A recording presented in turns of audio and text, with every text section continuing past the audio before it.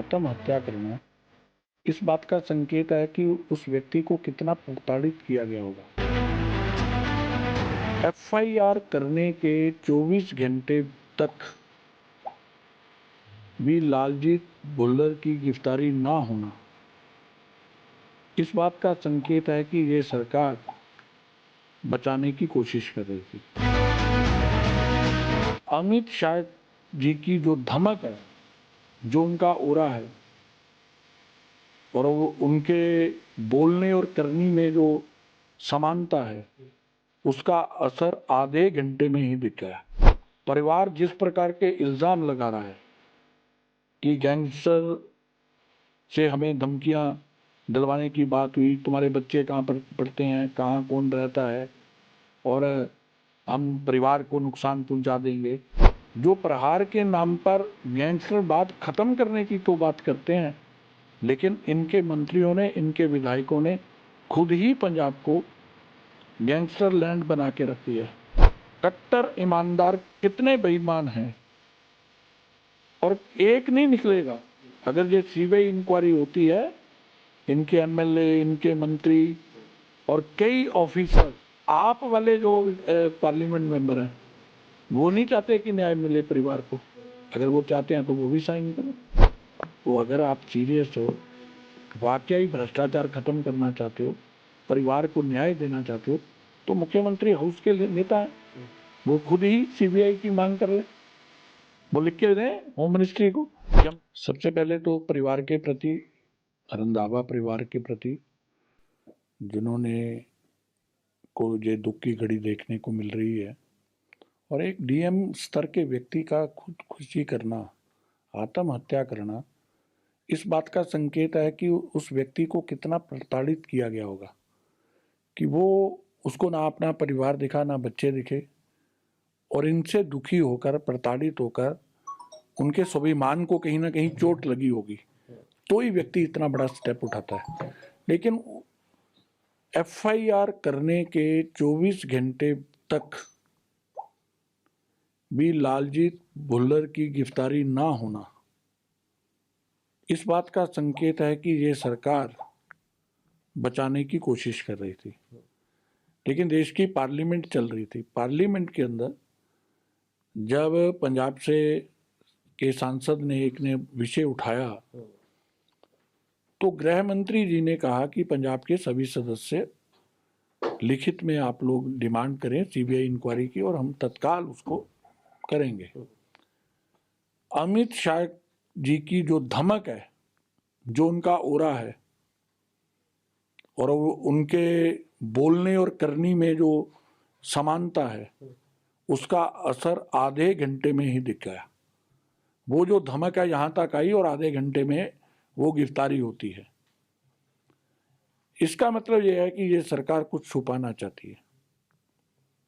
परिवार जिस प्रकार के इल्जाम लगा रहा है कि गैंगस्टर से हमें धमकियां दिलवाने की बात हुई, तुम्हारे बच्चे कहाँ पढ़ते हैं, कहाँ कौन रहता है और हम परिवार को नुकसान पहुंचा देंगे, इससे पता चलता है कि अगर इसकी सीबीआई इंक्वायरी हो जाए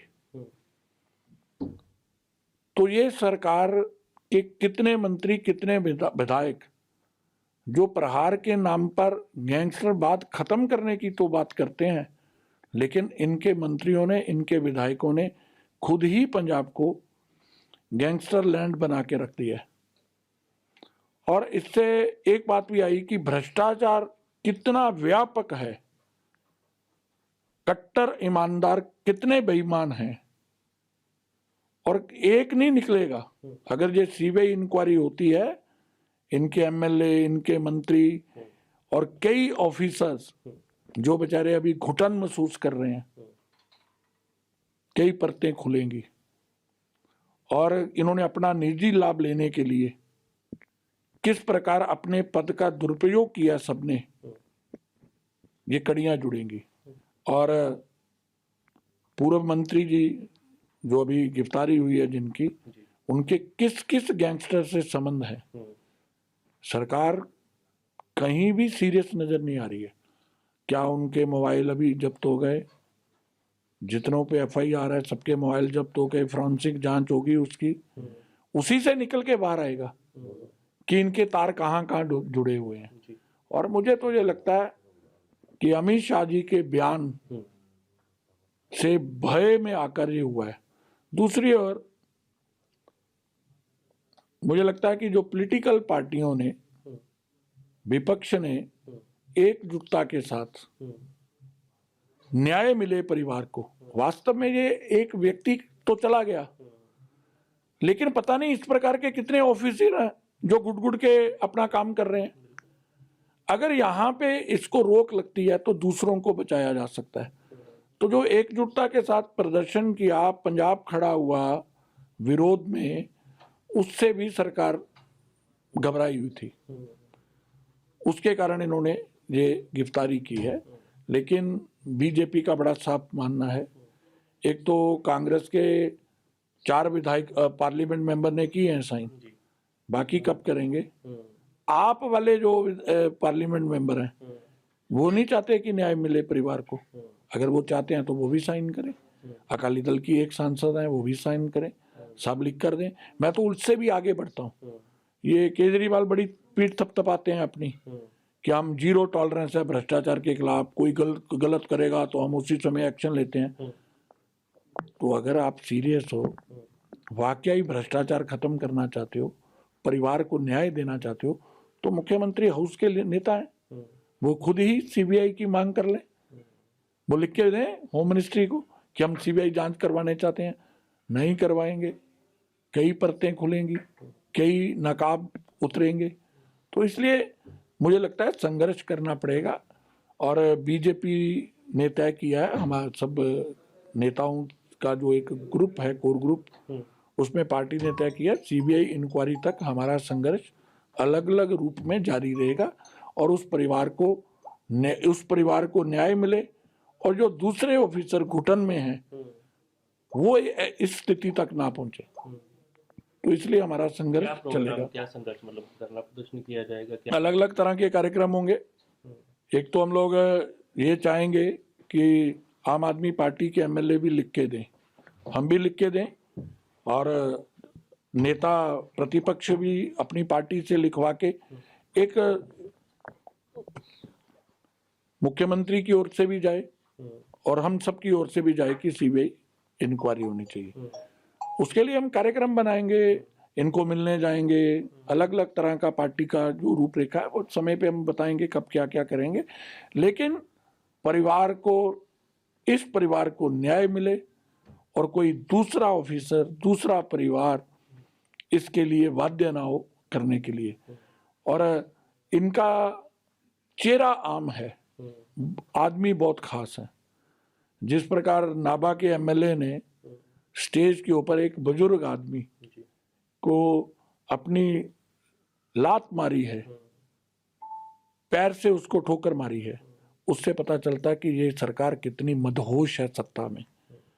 और जब सरकार सत्ता से मदहोश हो जाती है, जनता निर्णय करती है फिर, और जनता आज त्रस्त भी है और ग्रस्त भी है। इसके अलावा अरविंद केजरीवाल 2026 तक नरेंद्र मोदी प्रधानमंत्री नहीं रहेंगे और अमित शाह का साम्राज्य जो है खत्म होगा। ये जो कट्टर ईमानदार बनता है ना, पहले जे अपने अभी जो केस हाई कोर्ट में गया है उससे निपट ले। और नरेंद्र मोदी को देश चाहता है, जनता चाहती है, और एक बार नहीं तीसरी बार के देश के प्रधानमंत्री हैं। विश्व पटल पर उनका डंका बोलता है और विकट परिस्थितियों से भी देश को कैसे निकालना है, चाहे वो कोरोना की महामारी हो और चाहे आज जो विश्व का परिदृश्य बना हुआ है युद्ध के कारण। ऐसे समय में नरेंद्र मोदी एक सफल नेतृत्व हिंदुस्तान को दे रहे हैं। तो केजरीवाल मुंगेरीलाल के हसीन सपने देखता रहे। अब केजरीवाल सुबह कुछ बोलता है, शाम को कुछ बोलता है। अभी मैं इसका एक सोशल मीडिया पे चल रहा था, कहीं और दूसरे राज्य में बोल रहा था कि जब से हमारी सरकार बनी है पंजाब में कोई सुसाइड नहीं हुआ किसान का। परसों क्या हुआ है, आज ही अखबार में आया हुआ है, 2 भाई हाथ पकड़ के रेल के आगे कूद गए क्योंकि उनको आलू के सही भाव नहीं मिल रहे थे, उससे दुखी होकर उन्होंने आत्महत्या। अगर इस सरकार ने अपना वादा निभाया होता, जैसे हरियाणा की सरकार सब्जी पे भी हर फसल पे एमएसपी देती है, सरकार बनाने से पहले इन्होंने वादा किया था हमारी सरकार बनाओ, तो ये हत्याएं नहीं होती। तो ऐसे कई उदाहरण है कि झूठ बोलना और फिर माफी मांगना और भाग जाना। ये झूठ बोलने वाले, माफी मांगने वाले, भागने वाले लोग हैं। तो देश इनके बोलने से नहीं चलता है, देश काम से चलता है। और नरेंद्र भाई मोदी ने देश में डिलीवर किया है और देश पूरा उनके साथ खड़ा है।